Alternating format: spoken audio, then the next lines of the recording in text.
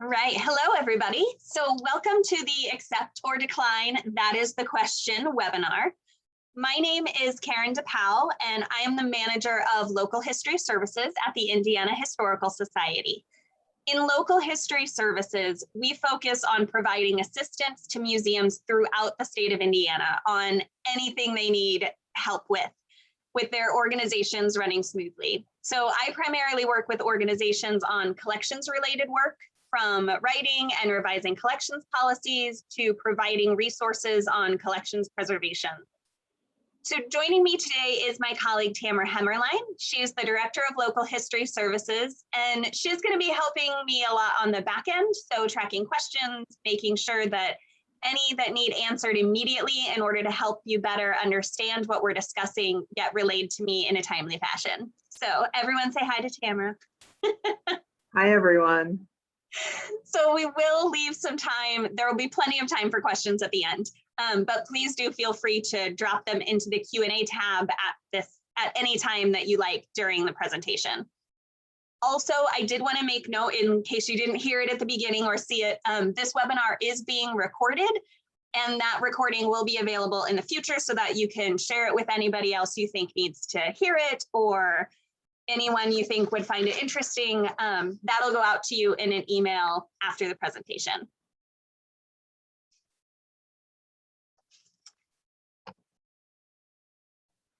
Karen, we do have a quick question kind of for the beginning. One of the attendees wanted to know if there was a handout. There are not any handouts, no. All right, thank you, Karen. Of course. If there is anything you're looking for, though, at any point, you can always reach out to Local History Services. So if I mention something and you're interested in seeing it as some kind of handout, you will get a copy, though, of the slideshow in the follow-up email that comes with the recording. So you will get that. So you don't have to take notes of anything that's actually showing up on a slide. So the first thing I always like to do at the start of any webinar or workshop is to outline the objectives. So we're all on the same page of where we're going. So the objectives I aim to help you achieve by the end of this webinar are to know why organizations collect, to understand the role of the collections management policy, and to consider reasons for declining a potential donation, identifying who should be involved with decisions concerning the collection, and to develop strategies for declining some items gracefully. Although we're going to specifically talk today in terms of accepting or declining items offered to the organization for the first time, these same questions, tactics, etc., can be used to examine items already in your collection when determining what to keep and what to deaccession. When it comes to collecting, there's an entire spectrum. We fall on this spectrum both as individuals and as organizations. So for instance, you personally might want to accept everything because your passion for history causes you to fall in love with anything old. That's where I land on the spectrum. However, we also fall on the spectrum when we represent our institutions, and this position should be a much more thoughtful and considered position. Hopefully putting the organization somewhere in the middle of accepting everything that walks through the door and accepting nothing. So as people, we get to make choices based on gut reactions and emotional connection. But as institutions, we have to consider a bit more when thinking about whether or not to accept something into our permanent collections. Although some institutions might have educational collections or non-accessioned collections, because of the short time we have during this webinar, we're going to just focus in on permanent collections.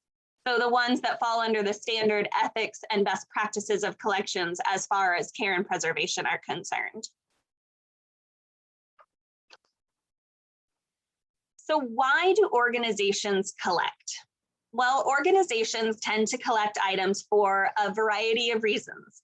We collect to preserve items for the future, both preserving the objects and the stories that they tell and represent. We collect to make items accessible for research, Objects are collected for use in exhibitions or educational programs. We collect to create a record of both the past and the present. We even collect for reasons like memories and nostalgia that items invoke. These things provide a broad context for why organizations collect objects of all kinds, from diaries and paintings to clothing and canning jars. And if you can think of any other reasons organizations collect, please feel free to drop them in the chat or the Q&A, because there are so many possible reasons to collect things.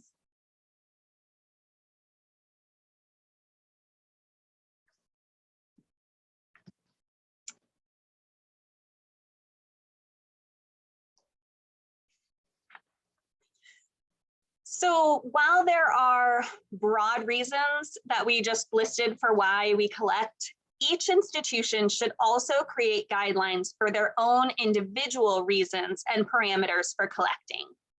So is your collection geography-based, like the Indiana Historical Society? Or is it type-based, like a contemporary art museum? Or even collections might be time-based, like a place like Colonial Williamsburg. So your organization might collect based on some or all of these additional characteristics. Make sure that these institutional reasons to collect reflect the mission, vision, and values of your organization and its goals for its place in your community. These reasons should be institutional, not personal. I might love Italian Renaissance clothing, but if my organization was established with Asian art in mind, these two things may not go hand in hand. That does not mean that they aren't both important, but they both are not equally worthy of the limited resources of my organization, whose mission, vision, and values were created with Asian art in mind. To make sure you are outlining these collection parameters based on the institution as a whole, make sure that there are a wide range of people at the table to have these discussions. Yes, you might primarily include those who work directly with the collection, but it also should include perhaps some board members, volunteers, staff from other departments, and should just really include anyone who would look at the collection from a variety of sides, so that the collection will serve the needs of the entire institution and not just the needs and desires of the individuals who work most directly with it on a daily basis.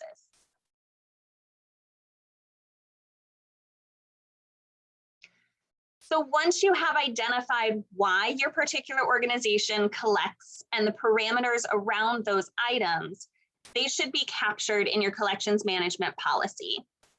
Your collections management policy should cover things like how items are added to the collection, the scope of the organization's collection, how access to the collection is granted, and much more. If you're unfamiliar with collections management policies or are looking to revise yours, feel free to reach out, as we have a collections management sample policy we're always happy to share. By capturing your decisions in your collections management policy, you do a few things.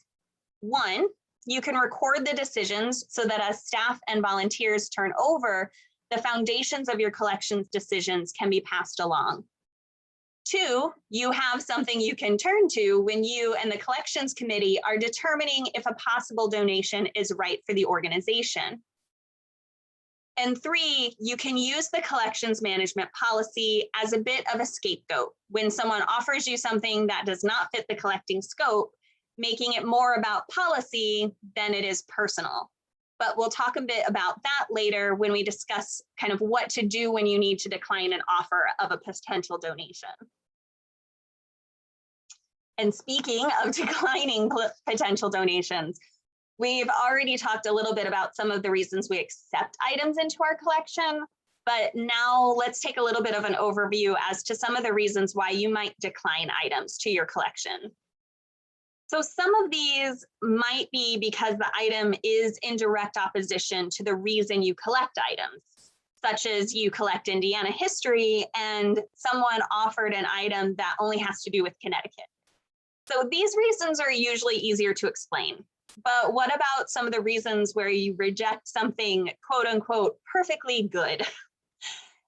You can sometimes see some of these, or you can see some of these major reasons up on the screen in the slide, but again, feel free to please offer any other additional things you can think of over in the chat.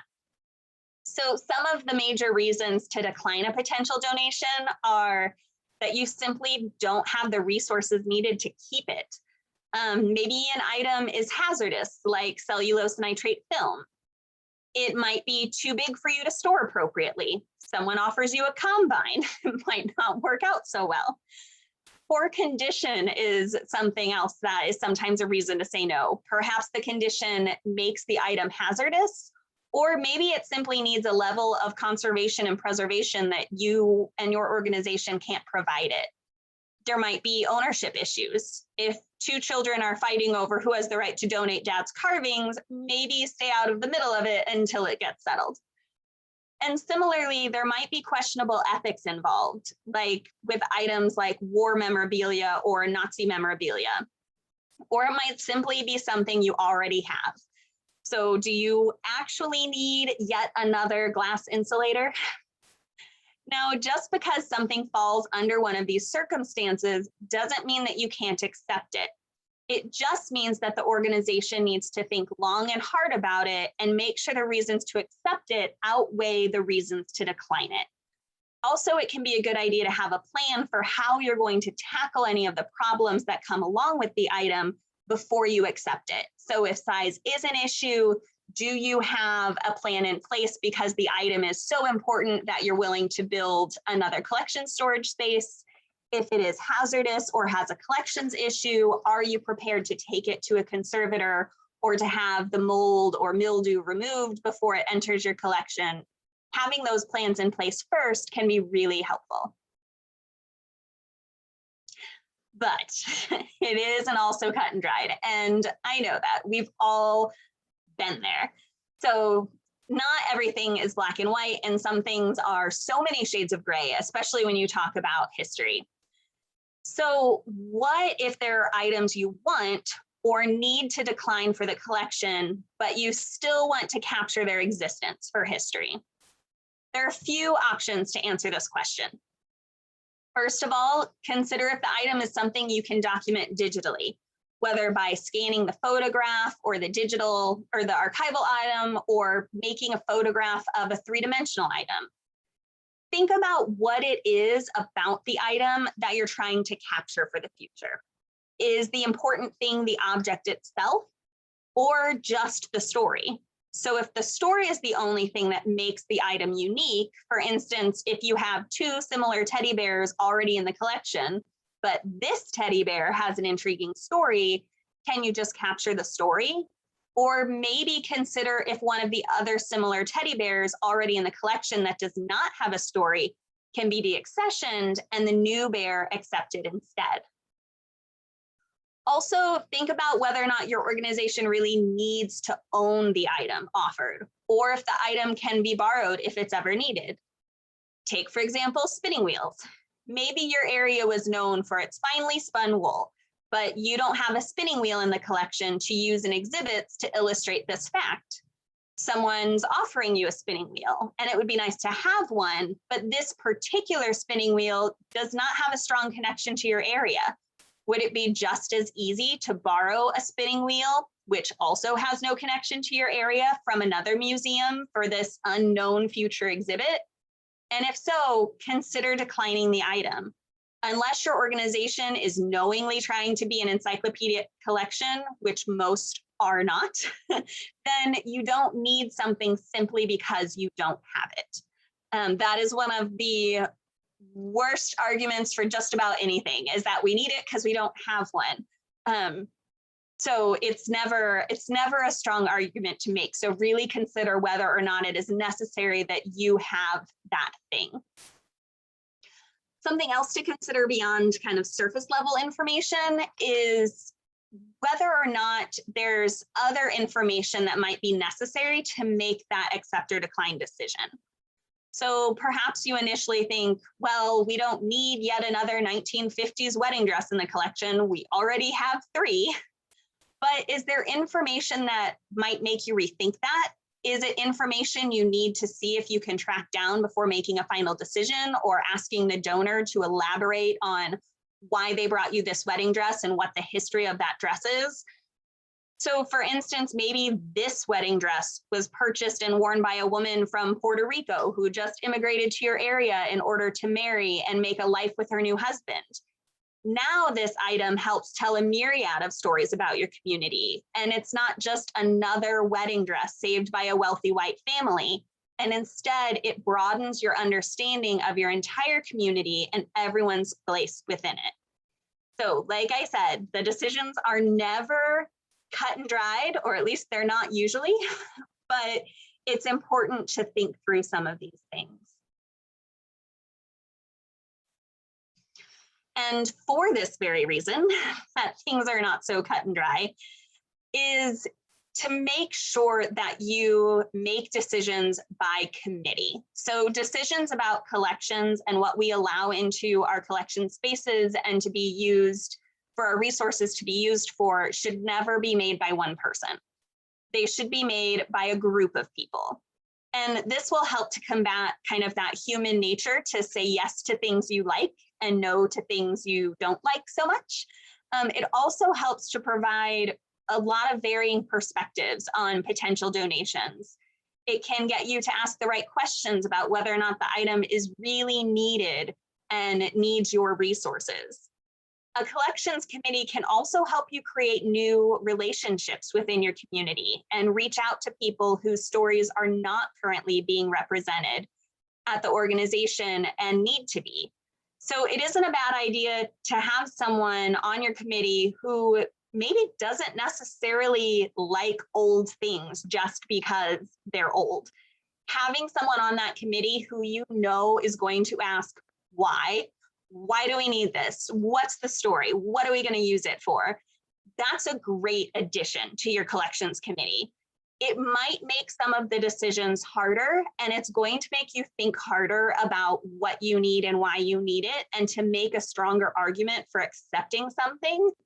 But it's always good, because you should have that strong commitment to the object when you say yes, because by saying yes, you're saying we are going to spend our incredibly valuable resources on protecting and caring for this item.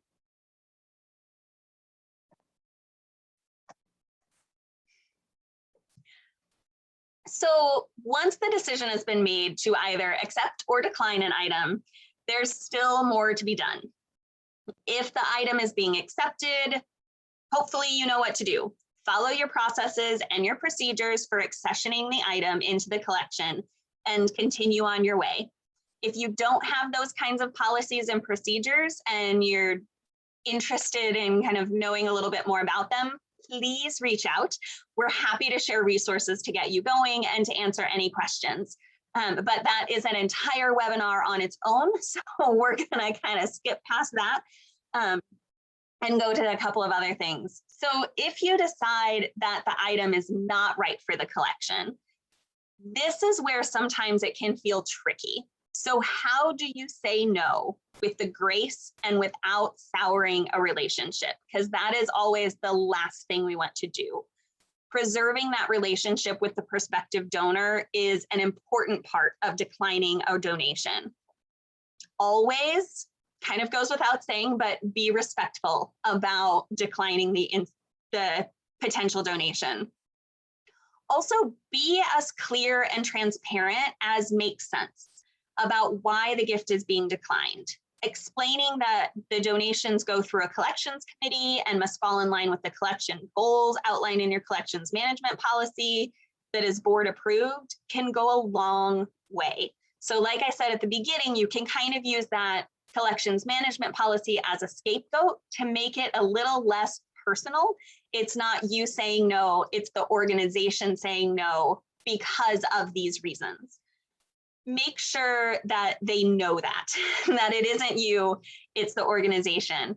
And make sure that they know that that no is coming from a place of thoughtful consideration, that you didn't just land it on your desk and say, no, thank you. Although some no responses are pretty easy, Some aren't, and they take a lot of thought and discussion. And it is okay to let the donor know that, you know, because of X, Y, and Z, this didn't fit with what we're kind of trying to collect and preserve with our limited resources. So answer any questions that they have, but obviously within reason, about why the item was declined. For instance, telling them it doesn't fit the scope is great. Telling them that so-and-so on the committee thought it was more trash than treasure, maybe less helpful. Another thing is to acknowledge that there is likely a personal connection to the item that can never be replaced, and encourage them to continue to enjoy it in their own home. You can also help put them into touch with another organization if the decline was based on the item not being within the scope of your organization's collecting mission. So if the item was, again, from Ohio and it's being offered in Indiana, maybe suggest they reach out to an organization in Ohio that might be a better fit and interested in the item. It might not be the item, it might just be that it's not the right fit. Also, take the opportunity to educate the donor about what you're looking for the collection and how the collecting process works.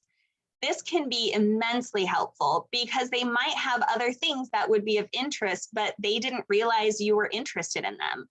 For instance, maybe they brought you grandpa's military uniform, of which you already have 6 dozen, but because they didn't think that you'd be interested in his old farm hat from when he used to work with the local Pioneer Seed Company. But that is the thing that has the more personal story, the more personal connection that is different than another military uniform. So now that they do know that you'd be interested in that Pioneer Seed Company hat, if you're lucky, that's what will walk through your door next, because you've told them and you've been transparent about what it is you're looking for. It's also really easy for us to think that every donor expects us to say yes to everything they offer us. And yes, some do. That is certainly a piece. But others are just heading to you before heading to make a donation at the thrift shop. So helping them understand what the organization is looking for and how they can help you capture the full history you seek to preserve can be really helpful. One of my favorite photos is, I shared it on this slide because it is the most perfect example of someone using the museum as a way to make themselves feel better about getting rid of something by kind of transferring the blame.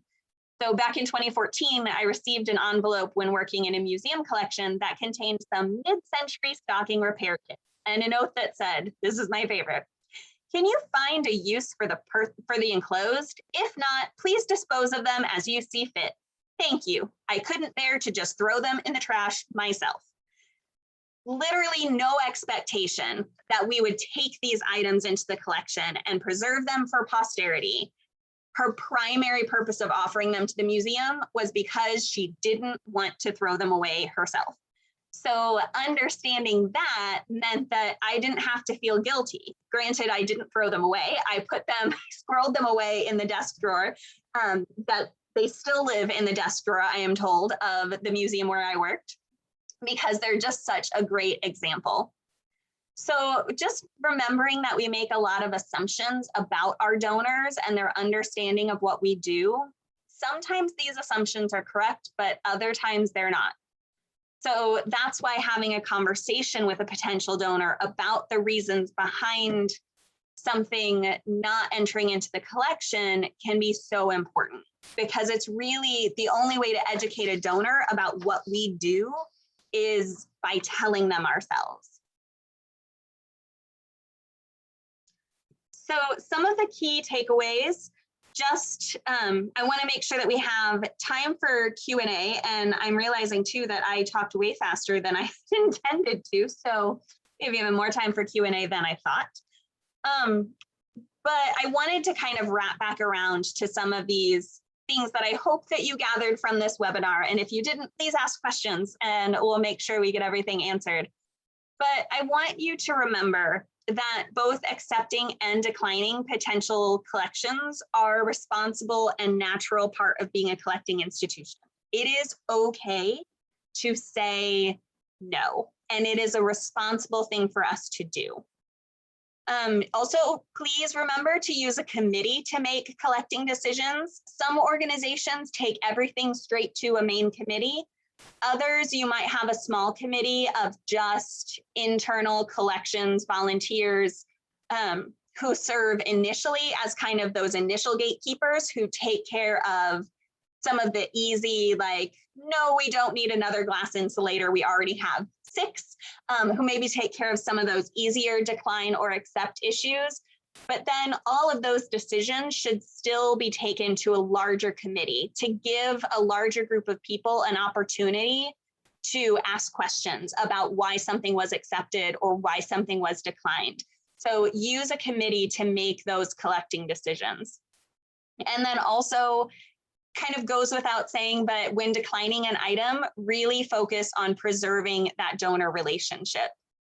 A lot of times our donors are not one-offs. They don't just come to us once and then never come back to us again. They frequently are coming back time and time again. And it is okay though to tell them, this thing we really would like, this thing we're not as interested in. It is also okay in that same kind of vein to say, if you're presented with a collection of possible items being offered for donation, you don't have to accept all. It's not an all or nothing unless the donor has placed it in such a way. Otherwise, feel free to have that conversation with them about why we would like this one item, but why this other item is not fit for our institution. All right, so now we're going to see, I've seen a couple of little things pop up, so I don't know if we, if these are questions, but I'm gonna have Tamara join us. And Tamara also has worked in and with a variety of museums. So between the two of us, almost any kind of situation regarding accepting and declining collections, I think one or both of us has definitely seen. So Karen, a couple of the things that you saw pop up in the chat came from me, because when you asked the question about why we accept things, 2 things that came up to me that you know, happen is that important person in your community, that community pillar, the older person who everybody loves, wants to give you that collection of ashtrays that she collected on her foreign travels. What do you do when that happens? Or, you know, what are some of the things maybe you take into consideration? Yeah, so that is a great one. And I was trying, when I was kind of thinking through and putting together this webinar, I was trying to think of all the things, and you never can. So that is a great one. One of the things to really think about, so if someone comes in and they're offering you, let's say I'm a collector of salt and pepper shakers, and I bring you my entire collection of salt and pepper shakers, that's one of the great opportunities to make sure to have a conversation with the potential donor. Make sure, A, whether their intention and expectation is that you will either take all of them or none of them. Kind of starting off there is always a good plan, because it allows you to know, like, okay, well, it's a very important part of this person to know that they had a salt and pepper shaker collection. Or maybe they opened up, you know, it wouldn't be the first time we had heard about somebody who has a huge collection of something in their house and they open it up, and sometimes the local scout group goes and it's kind of a makeshift museum. And then when they pass away, they offer, all of those things are offered to the local museum.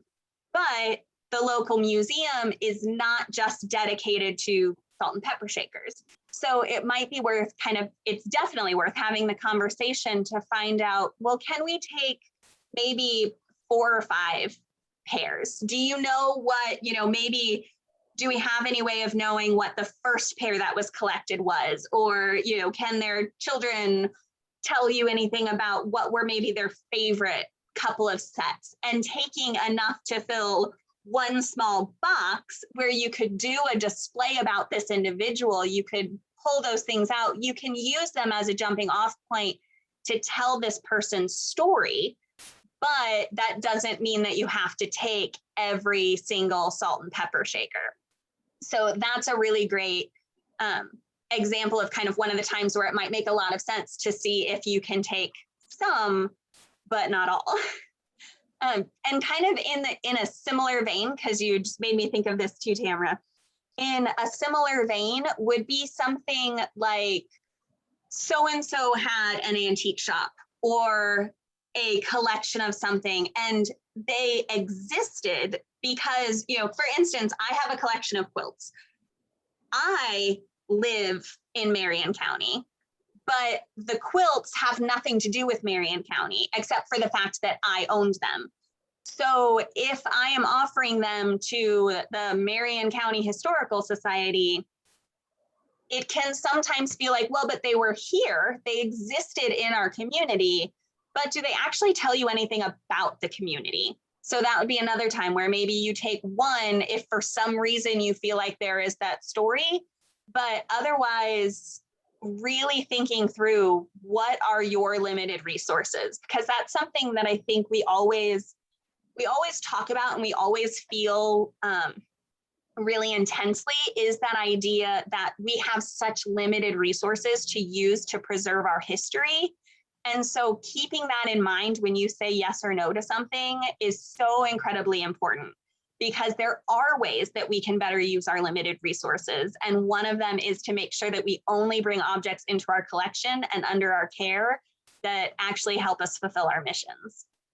And I think that's such an important thing to remember, is that for everything that you bring in that you're going to devote resources to, you are taking resources away from something already in your collection, because none of us has infinite resources, and those resources are money, supplies, people, time, space, and things like that. So, you know, it's that going back to thinking perhaps about any classes you had about economics, the opportunity costs and resource allocation. We do have a couple of comments. Somebody said, used an example of slides, like vacation slides that don't have any people in them. They are, you know, they're pictures of travels, but, you know, have those. Someone else said that they like the reminder that you can borrow objects, that you don't necessarily need to own those objects. We do have a question that came up in the chat. Sometimes one of the senior staff in our organization will be the contact with the donor and will agree to accept something without consulting anyone from collection staff. If the item is not something I would have normally agreed to accept, how can I handle this? I may be risking antagonizing either the senior staff person or an important donor. Any thoughts? That's a really great question, Margot. There's a couple of different pieces to the answer to that question. One is to make sure that you have a process and a process in place for who can accept donations, who cannot. Have this in place and make sure everyone knows it. Now, I totally understand that having it in place and making sure everyone knows it is very different than making sure people follow it. But step number one is always going to be having that put together, especially if you kind of have the conversations with the entire staff. This is another part of that, making sure all the right people are in the room to make those processes and procedures. Because you want to do the best you can to kind of explain to this senior staff member or any senior staff members or front desk staff. Front desk staff are always getting faced with people who come in and just drop something off. And so them kind of knowing that procedure can be great. So step number one is having that in line. Moving on to when step number one doesn't work. I will say this as much as I hate the fact that it's a reality, because I like things to be very logical and cut and dried. As much as I always want this to be reality, it's not always so. So there are times when you may be in a situation where where you feel like, I guess you could say politically, that you need to accept something for a larger reason. So for instance, if a big potential donor who maybe donates a lot financially or donates you usually a lot of really great stuff about the history of your community comes in and they bring you 3 stuffed bears, very much like the stuffed bears that you have, you might have to do some internal calculations. And this is a good time to bring in your committee so that it can be a committee decision. But there might be times where you say, you know what?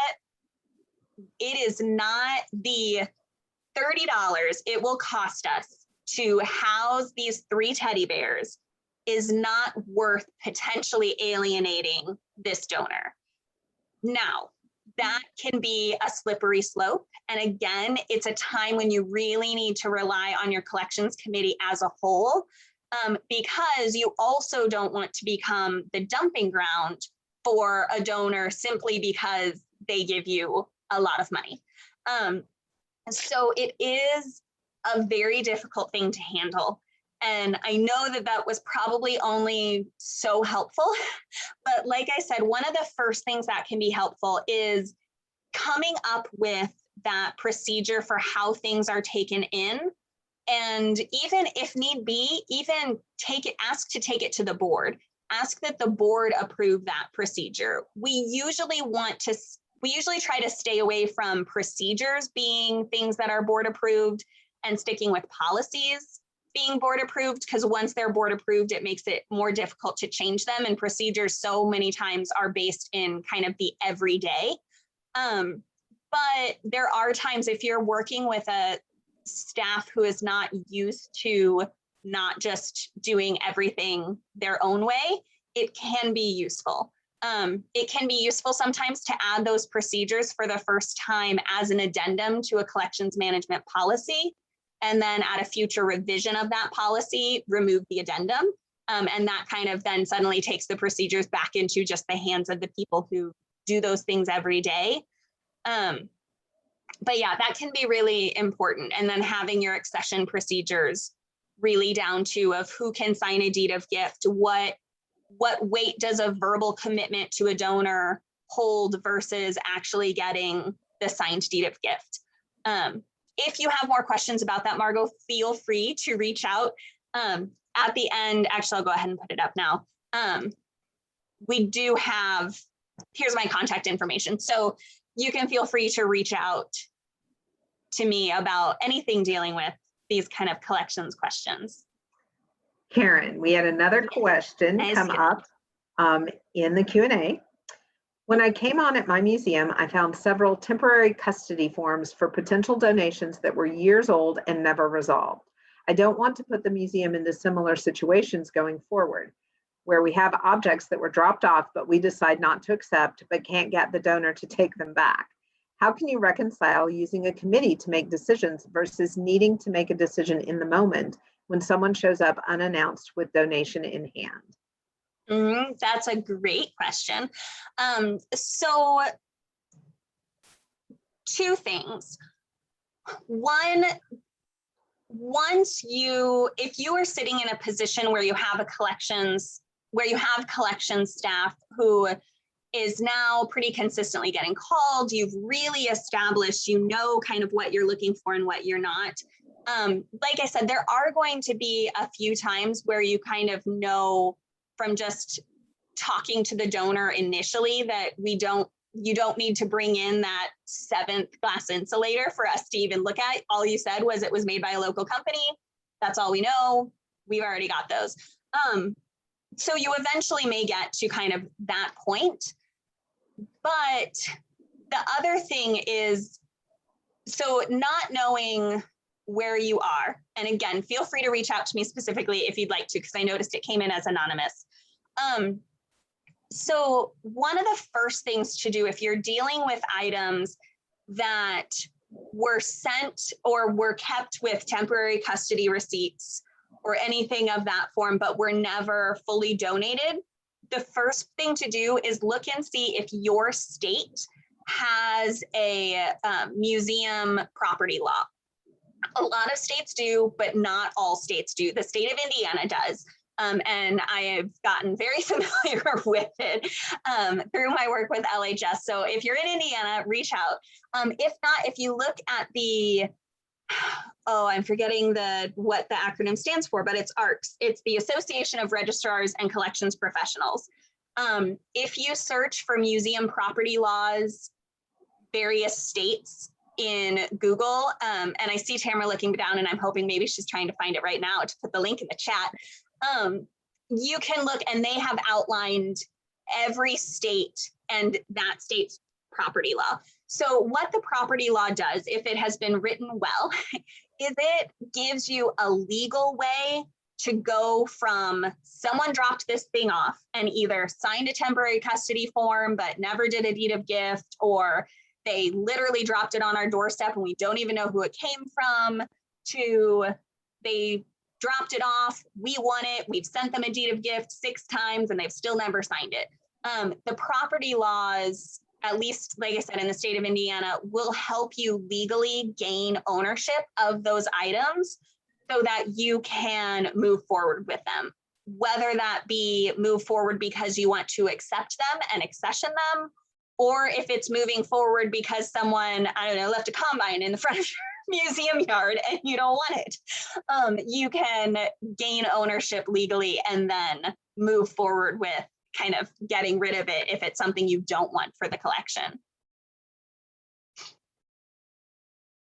So, and again, some of that is doing your best to educate your donors on when someone comes to the front door. And in order to do this, it is also about educating every member of your museum who might be face to face at some point with a potential donor. So your front desk people, your staff who give tours, all of those people should understand what you collect, why you collect it, and how you collect it. Because then they can kind of help answer some of those basic questions. You know, so if someone says, oh, hey, I just saw this great exhibit that you guys have on such and such, I have one of those, I'll bring it in for you.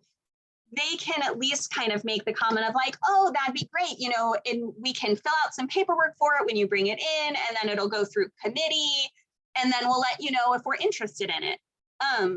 So making sure that all of your frontline facing staff are aware of how it works can be really helpful. Like I said, you're never going to stop the person from literally walking in the door, practically throwing something at your front desk and running away. But that is kind of, hopefully you live in a state that has a museum property law, and that's part of the thing they try to help you figure out is, what do I do now? I don't want it. So Karen, there is the link, it's arcsinfo.org, and that's the link to the document that was created, and it is about Museum Property Acts and abandoned loans legislation. So yeah, look for museum property legislation, look for abandoned property legislation, look for abandoned loan legislation. And that can help you know what's going on in your state or area, to see if there's anything that then would be applicable when somebody opts not to pick something up. I do have another question, Karen, and it is, so if you're working with that committee, you know, that collections committee, and you've put it together and you've got those folks with various skill sets and the naysayer individual on there, what are some of the questions you might provide them to ask, or what are some of the questions you want them to consider, particularly if, like a lot of institutions, you're dealing with non-collections folks, you're dealing with volunteers, community members, board members. What are some questions you might want to guide them with in making decisions? Yeah, so I will answer that. I will also encourage you to throw things in, because I gather from the way you asked it that you maybe have some thoughts, if I know anything after working with you for 6 years. So some of the things you want your collections committee to consider. One is the simple, do we have the space and the money and the storage in order to take this thing? So some of those questions are going to be very basic. Like I said, if someone offers you a combine and you have a museum in the middle of downtown Newcastle, maybe the answer is no. So some of those questions you want them to consider are very basic. Some of them you want anyone on your committee and on really any of your museum committees should be familiar with any kind of long range plan that you have and any policies that deal with the item or with the type of thing that they're the committee of. So for instance, all of your collections committee members should have a copy of your collections management policy so that they understand some of the background information and some of the parameters that have maybe been put on the collection as far as, are we just collecting our county? Some of those kind of big, broad sweeping issues of the collection.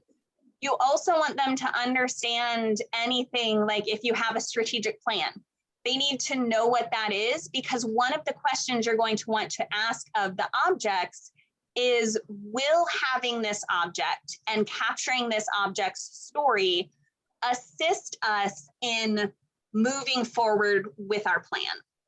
So if your strategic plan says, overarching, it is that you want to become one of your strategies or one of your goals is to become the place in Connecticut where people come to see Connecticut schoolgirl needlework, then it makes sense that you would say yes to probably most of those things that walk through your door, that they're going to be high on the list of things you're going to devote resources to.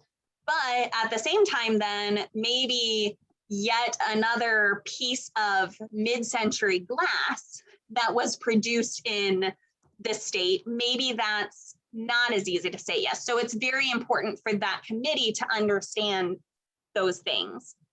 You also are going to want to encourage them to ask questions about the stories and about one of the things that has become kind of a big topic of conversation over the last year or so in museums is asking the questions of, does this help us tell a broader story? So in some of the easiest terms, do we really need to take our space to collect one more item that we're going to put out in a broad display about the primarily white high school that was in our community, when we're also maybe we need to send our resources out and we need to make the connections because we would really like more things that represent the traditionally African-American school in our community. So questions like that are becoming more and more things that you want your collections committee to consider. Because sometimes the difficult thing is that sometimes no isn't an obvious answer. Like I said, sometimes it might be a perfectly good potential donation, but when you really dig into it, it's not. So making sure that you have a collections committee where at least a handful of people are going to push you on some of those things and help you kind of think outside the box of, yes, we want this thing, but do we need this thing? And I'm going to, I borrowed this from a colleague, a collections colleague, helping the committee to frame things in a way that is accessible to sort of their experiences or the way that they think of things is helpful. So a colleague said when he was trying to explain to his collections committee and guide them in thinking about the importance of an object, he used the analogy of a book. And he said, if this object were going to be in a book about our county history, would it merit a chapter, a paragraph, a sentence, or a footnote? And he said, so if you're thinking about this object and the history in our county it represents, if it would be a chapter of that book, then that is probably a pretty important object with a story. It's going to be an object that moves you forward on your strategic plan. It's going to be an object that is very representative of a part of the history of your community. It's going to be something that without it, you're not telling that broader story. If it's a paragraph, then you're like, we need to think about it, but in all likelihood, it is something that's important enough for us to say yes about, because it is really, it's going to shore up something else. It's going to be something that if we didn't collect it, we're still not going to tell a fuller story, or it's going to support another object in the collection. He said, if it's a sentence or a footnote, he said, very often that is something that maybe you ask the potential donor, can we take a picture of it? And can we collect the story?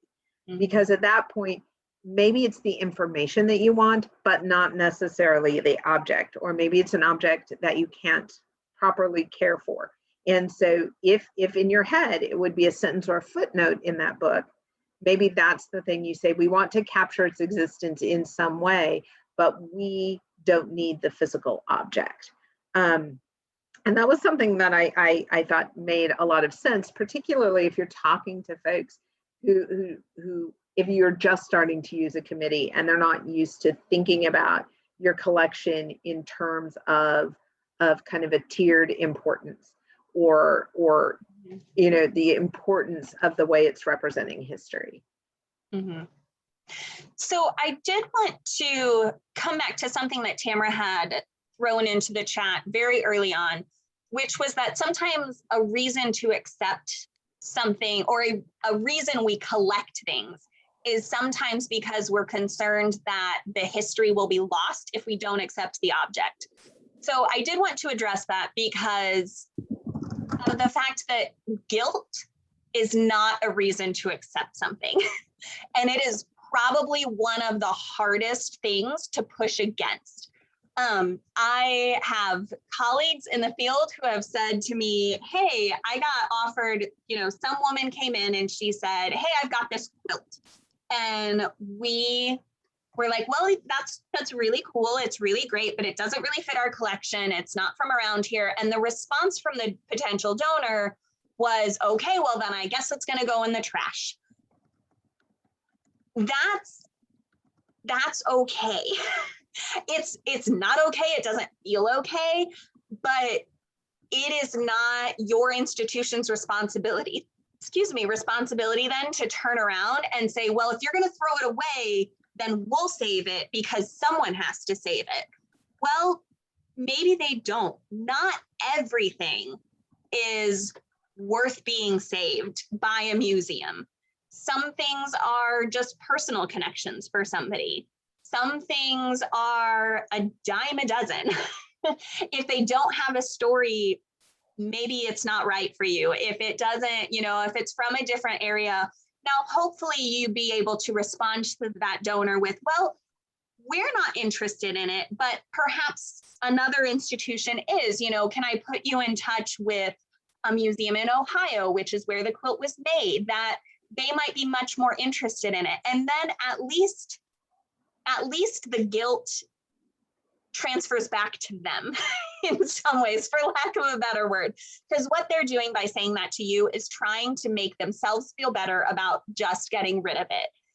If you make your concerted efforts then of, hey, you know what, I can put you in touch with someone else who might be interested in it, you can transfer that responsibility back to them, in which case then if they decide to turn around and pitch it in the dumpster or turn around and take it to Goodwill, that's up to them. That's their choice. It is not your responsibility to say yes in order to save everything, because we can't save everything. So we have to think through where our resources are best used. And I totally admit it is hard, but it's necessary because it's about the institution and your community as a whole and the betterment of your community. It is not only about you. And I often will say when I get that question or that statement, but it'll be lost if we don't take it. If it is something that you cannot care for, because as collecting institutions, when we made that decision, we made the decision to care for things in the best possible way we could. There are standards and best practices. we took on the ethical duty of care of those objects. And I will say to folks, if you say yes to something and you bring it into your collection and you know you're not the best place for it, or you know that you cannot care for it properly, and it gets lost, it degrades, it decays on our watch because we can't care for it properly, then it has actually lost anyway. And it makes it worse because the institution that said, we will care for your history in the best way we can, is the institution that lost that object. And, you know, I think that is part of it, is we have agreed to a set of ethics and standards and best practices when we made the choice to be a collecting institution, or when we make the ongoing choice to remain a collecting institution. Very true.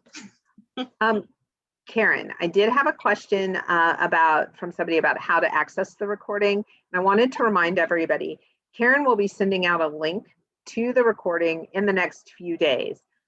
Make sure you check your email for that. Check your spam email, because sometimes, you know, we all know emails get stuck in wherever they go in email world. And so always check your spam or junk mail. Also, I want to remind everybody that we do have examples of a lot of the documents that Karen referenced. We have an example collections management policy, which is excellent because it actually says, here's the section, here's why this section exists, and here's an example of what a basic statement in that section should look like. We also have a document that has questions on it that your collections committee could use in, you know, answer these questions to make the accept or decline determination. So reach out to Karen, find out if we have examples. We are happy to share them. We are happy to for you to use them if you want as templates. And any examples we share that we did not originate, we have gotten permission to share, and we have talked to folks, the originating institution, about how they might be used, and they are also happy for them to be used as examples and templates. Yeah.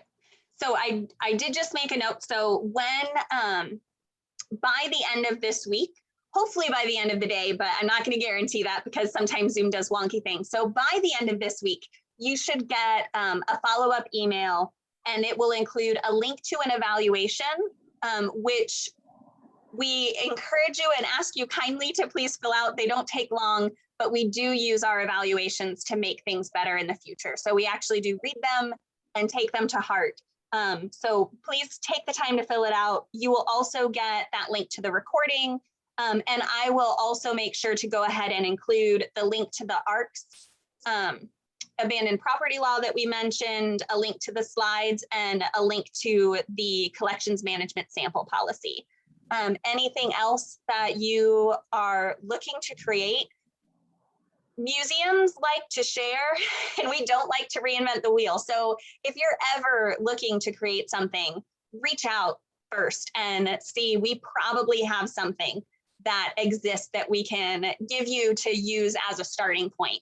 But I will go ahead and include those basic things. We will also put the recording. This takes a little bit longer because it deals with people that are not Tamara or I. But we also will eventually have that recording up on our website and on our IHS YouTube channel. So that would be the recording link that's probably going to be easiest to share out. But feel free to forward that email with the recording link that we're going to send you to anyone you think would find this useful or helpful, or that you want to just slide it into their world and hope that they listen to it so that they know why maybe you don't always say yes to things. That's legitimate too. All right, so I think that is time. It is 2 o'clock exactly. So thank you all so much for joining us today. And if you have any questions in the future, you've got my contact information, and I will be in touch by the end of the week with some of that information we mentioned. So thank you all so much. Everybody. Thanks.